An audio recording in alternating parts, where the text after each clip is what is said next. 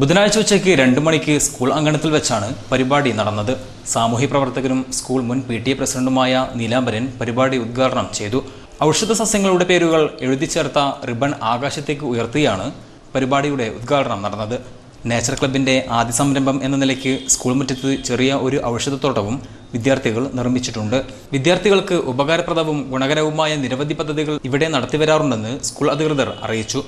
ഈ വർഷം മുതൽ എല്ലാ മാസവും കുട്ടികളുടെ നേതൃത്വത്തിൽ ക്ലാസ് തലത്തിൽ ഒരു കയ്യെഴുത്ത് പത്രം എല്ലാ മാസവും പ്രസിദ്ധീകരിക്കാനും അതുപോലെ തന്നെ അതിൽ നിന്ന് ക്രോഡീകരിച്ചിട്ടുള്ള കുറേ രചനകൾ കൂട്ടിച്ചേർത്തുകൊണ്ട് എല്ലാ മാസവും ഒരു പ്രിൻ്റഡ് പത്രം, മിന്നാമിനിങ്ങ എന്ന പേരിൽ ഒരു പ്രിൻ്റഡ് പത്രം എല്ലാ മാസവും ഞങ്ങൾ കുട്ടികൾക്കിടയിൽ അതിനുള്ള പ്രസിദ്ധീകരിച്ച് അതിൻ്റെ പ്രകാശനം നടത്തിക്കഴിഞ്ഞു. PTA president Moideen Kutty, headmaster PE Mathai, club convener CT Muhammad Shafi തുടങ്ങിയവർ പരിപാടിയിൽ പങ്കെടുത്ത് സംസാരിച്ചു.